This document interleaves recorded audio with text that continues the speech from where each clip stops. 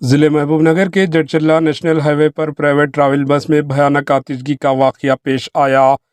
बेंगलुरु से हैदराबाद की सिमत आने वाली महाराजा प्राइवेट ट्रैवल बस का पीछे का टायर ब्लास्ट होने से आग भड़क उठी। बस में सवार मुसाफिरों ने आग लगते हुए देखकर बस ड्राइवर को इसकी इत्तला दी। ड्राइवर ने फौरन बस को रोक दिया।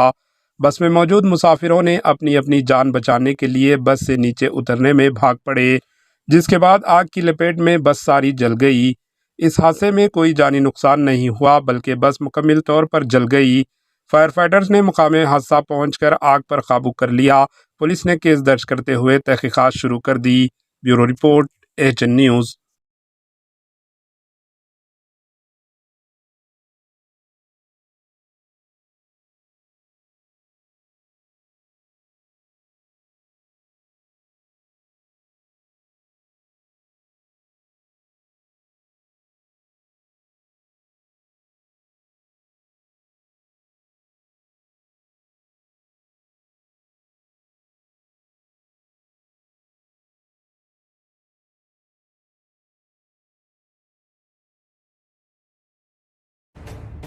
एचएन न्यूज के यूट्यूब चैनल को सब्सक्राइब करें और बेल आइकन को दबाना ना भूलें ताकि आपको हर नई आने वाली वीडियो का नोटिफिकेशन बर वक्त मिल सके।